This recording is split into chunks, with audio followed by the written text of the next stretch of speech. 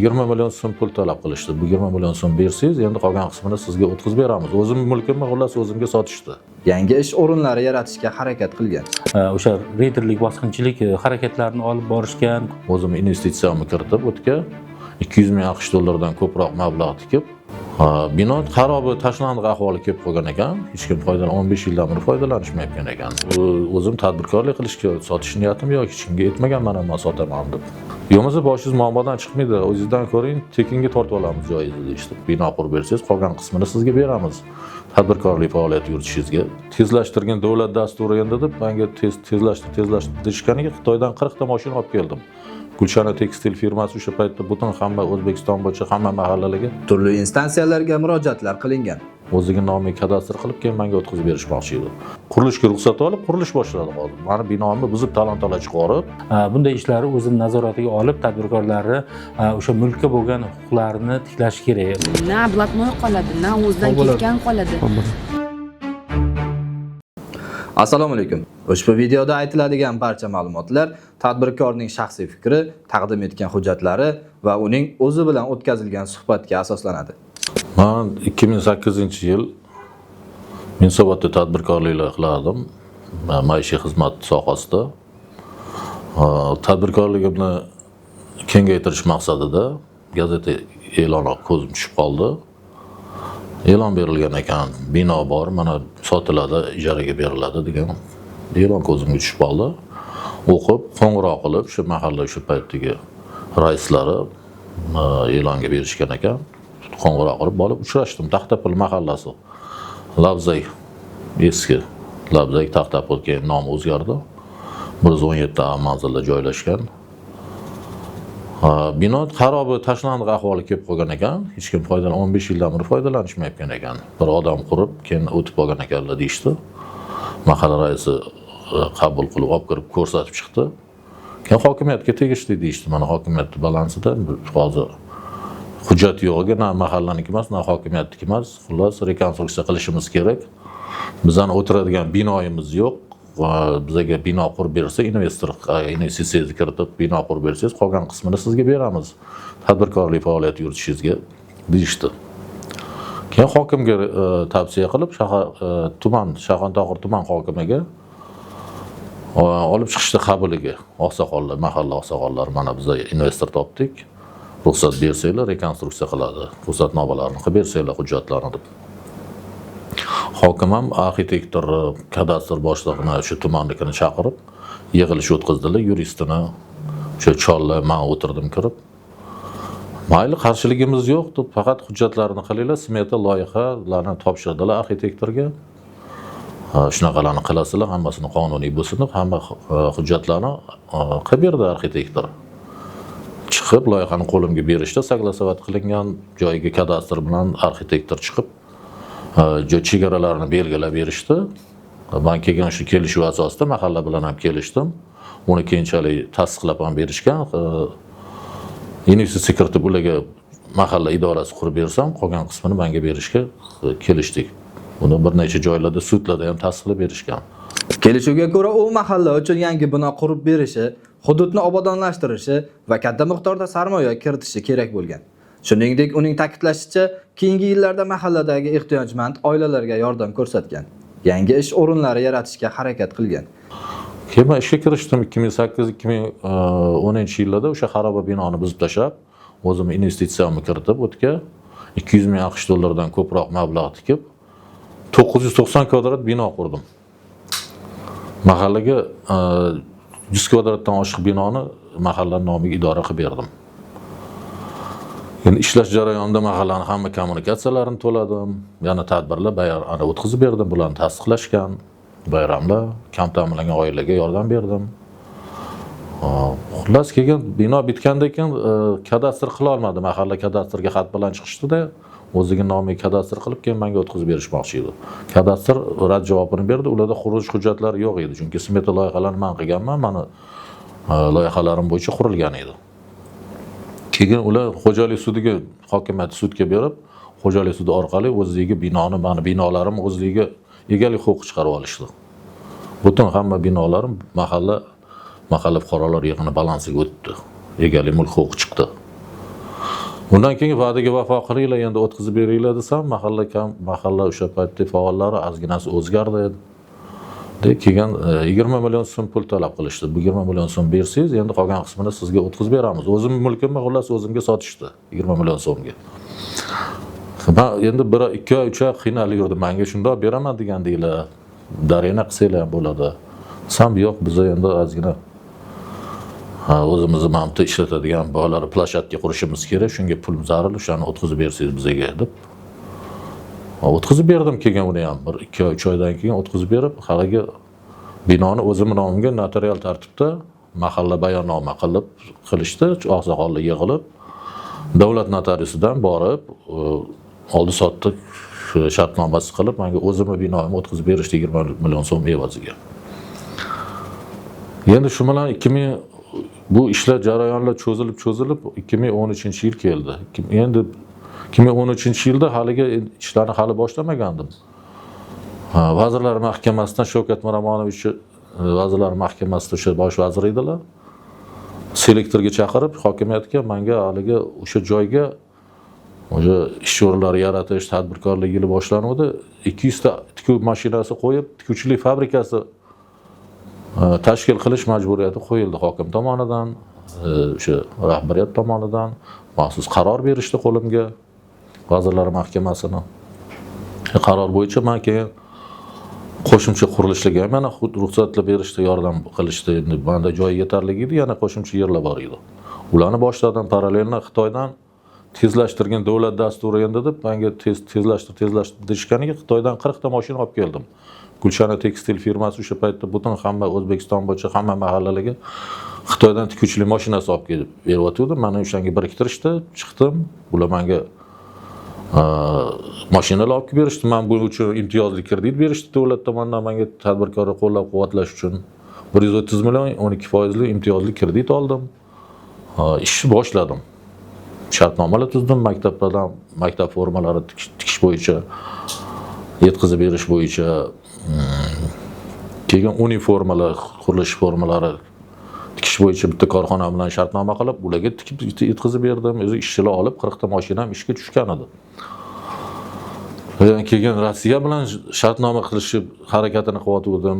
Men bu ichki beli erkaklarning kiyimlari bo'yicha talab bo'lyotgandi, yordam taklif bo'lyotgandi. Endi ishlarni boshlab, mana to'yxona qildim, 320 kishilik milliy taom oshxonasi 120 kishilik Navoiyxona qurgan edim, xullas katta kompleks bo'ldi haligi joyda. Yo'q binodan shuncha joy qurib 990 kvadrat binoda tadbirkorligimni boshladim. Endi boshlaganimda muammolar paydo bo'lishi boshladi. Keyin mansabdor shaxslar aralashish boshladi tadbirkorligimga. Bu 2013-yil. 2013-yilda kelib tadbirkorligimga joyimni ber bizga topshir degan odamlar, qanaqadir notanish odamlar keldi. Tadbirkorning ushbu masala bo'yicha o'z murojaatini tingladingiz. Tadbirkorning aytishicha, mazkur voqea yuzasidan bir necha yil davomida sud jarayonlari bo'lib o'tgan. Turli instansiyalarga murojaatlar qilingan. Prokuratura protestlari kiritilgan va keyinchalik ayrim qarorlar qayta ko'rib chiqilgan. Endi ushbu holat bo'yicha Inson huquqlari ezgulik jamiyati raisi Abdurahmon Tashanovning fikrini eshitamiz. Umuman 2016-yillarga qadar Toshkent, nafaqat Toshkent shahri, balki viloyatlarda ham huquq muhofaza qilish idoralari bir qancha tadbirkorlarga nisbatan o'sha reyderlik, bosqinchilik harakatlarini olib borishgan, ko'zga ko'ringan tadbirkorlar boshqalari mol-mulklarini tortib olib o'zlarini qamatish bilan shug'ullanishgan.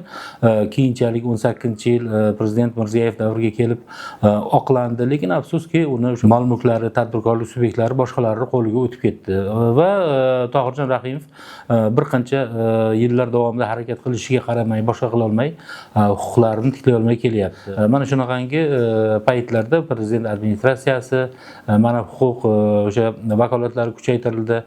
Bunday ishlarni o'zini nazoratiga olib, tadbirkorlarni o'sha mulkka bo'lgan huquqlarini tiklash kerak.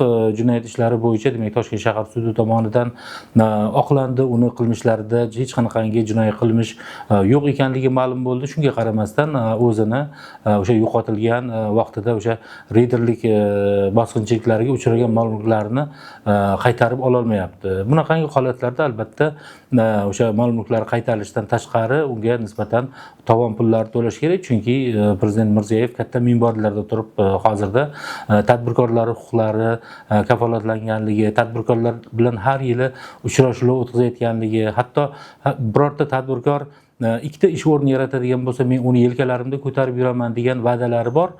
Mana shu va'dalarga menimcha hozirgi o'sha prezident administratsiyasi labbay deb javob berish kerak. Mana shu va'dalarni ijrosini ta'minlash kerak. Aks holda jamoatchilikda tadbirkorlar o'zlarida ham, ular yaqin qarindoshlari, umuman xalqda bunaqangi islohotlarga ishonch uyg'onish juda qiyin bo'ladi. Ikkita, uchta ishchi joy tashkil qilganlarini yelkamda ko'taraman deganim, hozir ham bu tashabbusni unutganim yo'q. Yelkamga ko'tarishni davom ettirishga man sizlarni oldlarimga yana bir marta va'da berib, o'zini tanishtirmayapti, davlat ishida ishlaymiz deyapti. Men qasd yo'q dedim, men bu yerda o'zim tadbirkorlik qilishga, sotish niyatim yo'q, hech kimga aytmagan men sotaman deb. Desam bir arzimagan pulni berib, shunga sotsang sot, yo'qmasa tekinga olib qo'yamiz. Boshing muammolardan chiqmaydi bo'lmasa deyishdi. Uchta bolam bor edi, yosh edi hali. O'zimning shaxsiy uy joyim shunda o'sha ishxonamdan bir 2 sinfga narida edi. Usta Shirin mahallasida 2 qavatli uyim bor edi. Uyimni sotdim. Mashina bozorga chiqardim. Men tirikchilik qiladi o'sha paytda tadbirkorlik. Aylantirib yurgan оборотный mashinalarimni sotdim. 50 ming AQSh dollar yana qarzam oldim. Hali to'yxonani ichini jihozlashga tanish bir qarindosh urug'lardan qarzam pul olib, o'sha yerga hammasini sarflaganman. Men aytdim, bunaqa 100 ming AQSh dollar beramiz deb bizda. Men undan ko'p pul ishlatganman bu yerga. Ukalar deyapman, 2 yosh yigitcha keldi. Yo'qmasa boshingiz muammodan chiqmaydi. O'zingizdan ko'ring, tekinga tortib olamiz joyingizni deyishdi. Men hayron bo'ldim. Qanaqasiga bunaqa mumkin? Meni qonuniy bo'lsa hamma hujjatlarim. Hujjatingni bekor qildirib yuboramiz biz, hammaga qo'limiz yetadi deb ketishdi. Shu bilan bir oradan 10-15 kun o'tgandan keyin jinoiy ish qo'zg'atildi Shayxontohur tuman jinoiy sud tomonidan. Menga nisbatan, mahalla raisiga, kotibasiga nisbatan hali noqonuniy o'tkazib bergansizlar bunga. Oldi sotdi noqonuniy deb qonuniy hujjatni noqonuniyga chiqarib, hech qanaqa tekshirmasdan bir tomonlama sudlarga qarorlar chiqartirib, hukm qilib SMB kontrolida vahima bilan olib borib, tergovchi ham, sudya ham, sud raisi o'zi qilgan o'sha paytda 13-yilda sud raisi ishi olib borgan. Vahima bilan, bosim bilan olib borib turib, paligini bekor qilib, meni tortib olishdi joyimni, qonuniy kadastrlarim, mulk huquqlarim bekor qilib. Xususiy mulkimni, men o'z mablag'imga qurgan mulkimni tortib olishdi haqiqatda. Keyin men adolat izlab apellyatsiya shikoyati berdim. Apellyatsiya shikoyati uni rad qilib berdi. Undan ham battar qilib, hali 20 bilan o'z mahallaga to'lagan pulimni qaytarilmasin bo'ldi deb, undan ham battar qilib o'sha paytda sud raisi nima qilgan? Yuqori instansiyaga, Oliy sudga yozdim. Oliy sudga yozganimda ularning hujjatini o'zini bekor qilib tashlashdi. Shahar prokurori protest keltirdi. Noto'g'ri hukm qilingan, hukm bekor qilinsin, boshqa tartibda ko'rilsin. Protsessual normalar buzilgan bularning huquqi deb 3 kishiga, menga, mahalla raisi, kotibiga protest keltirildi Obidov tarafdan o'sha paytda. Shahar prokurori. Demak, o'sha vaqtda prokuratura protest bor mana. Hukm umuman noto'g'ri bo'lingan protest bor qo'limda. Lekin bekor qilinmadi. Men qayta yana murojaat qilaverdim sudlarga, chiqdim. Orada yana bitta apellyatsiya bo'ldi. 4 ta statiya qo'ygan edi. 167, 168, 205, 209-statiyalarni menga qattandir olib qo'yishgan. Hech qaysi aybdor emasligimni chunki yozaverdim, adolat qidirib yozaverdim, murojaat qilaverdim qayta-qaytada. 14-yil apellyatsiya bo'ldi, 16-yil, 19-yil apellyatsiya bo'ldi, yana Oliy sud bir necha marta bekor qildi. 19-yilda yana bosh prokuratura protest keltirdi. Ergash Xo'jayev degan men rahmat prokuraturada ham yaxshi adolatli xodimlar bor ekan, protest keltirishdi-da. Oqlandi, mendan hamma ayblovlar olib tashlandi. Demak, yangi davr keldi. Yangida muhtaram prezidentimiz, mana prezident o'zgardi. Mana shu prezidentimiz Shavkat Miromonovich sharofatlari bilan boshida 2000 ta odam oqlangan, o'sha 2000 taning ichida men ham oqlandim. Qanday qiyinchiliklar tugadi, endi yana tadbirkorligimni tiklayman desam, mana 19-yildan beri ayblovlar olib tashalgan bo'lsa ham, mani mulklarim qaytarib berilmayapti, ziyonlarim qoplab berilmayapti. Endi undan qizig'i hammasi 17-yilda yana bitta apellyatsiya bo'lgandi. Hamma qarorlar bekor qilinib, yana shahar jinoiy sudida apellyatsiya jarayoni bo'layotdi. Binoni baholatishyotyapti. O'shanda bosh prokuratura topshirig'i bilan o'sha Sulaymonova tomonidan bino baholatilyapti. Shu baholatilayotgan paytda, nizo ketayotgan paytda, meni korxonam balansida bo'lgan paytda tuman prokurori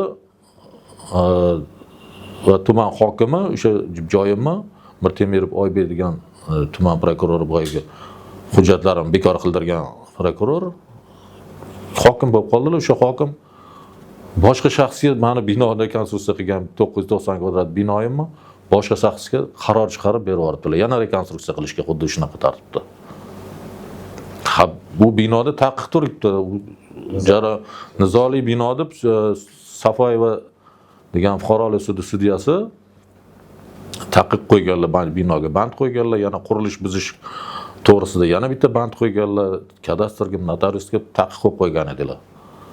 O'sha taqiq turganiga ham qarashmagan, ham sud jarayoni nizo ketayotganligiga ham qarashmagan, mana binoyimligiga ham ahamiyat berishmagan, bir chuqurroq o'rganib 990 kvadrat bino kompensatsiya ham qilinmagan, yer ham berilmagan menga, yana 15 sotix yer bor edi o'tda.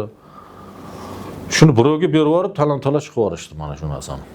Hozirgi holati qanday mulkingizda? Hozirgi kunda mana u insonga 17-yilda Alimov Rustam degan yigitga qaror chiqarib berib yuborilgan bo'lsa, 17-yildan beri 25-yilgacha qura olmadi. Endi hozir 25-yilda investitsiya sharti bajarilmagan degan mana kadastr banda xulosasi turibdi.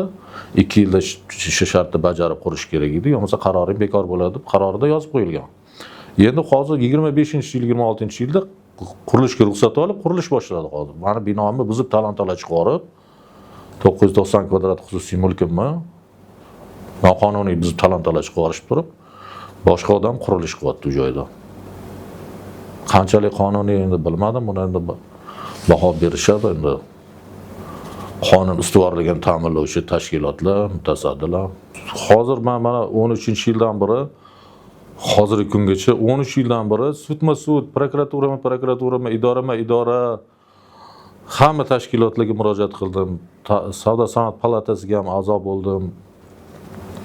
Biznes ombudsmanga ham murojaat qildim, inson huquqlariga ham murojaat qildim, bir nechta vazirliklarga murojaat qildim, qurilish vazirligiga ham murojaat qildim. Hech qayerda bir mutasaddi insonlar qonuniy ko'rib chiqishmadi. Prokuratura bilan sudga deyarli har kuni boraman. Mana 13 yil bo'libdiki, 13 yildan beri bir kun tinim yo'q, har kuni adolat izlab yuraman. Endi men murojaat qilishdan maqsadim shu Shavkat Miromonovich, hurmatli prezidentimiz, sizga va Saida Shavkatovnaga shu tadbirkorligimni tiklab, yana mana adolatli qarorlar chiqarib, bu masalani yechimini topishga yordam bersanglar, shuni iltimos qilaman sizlardan.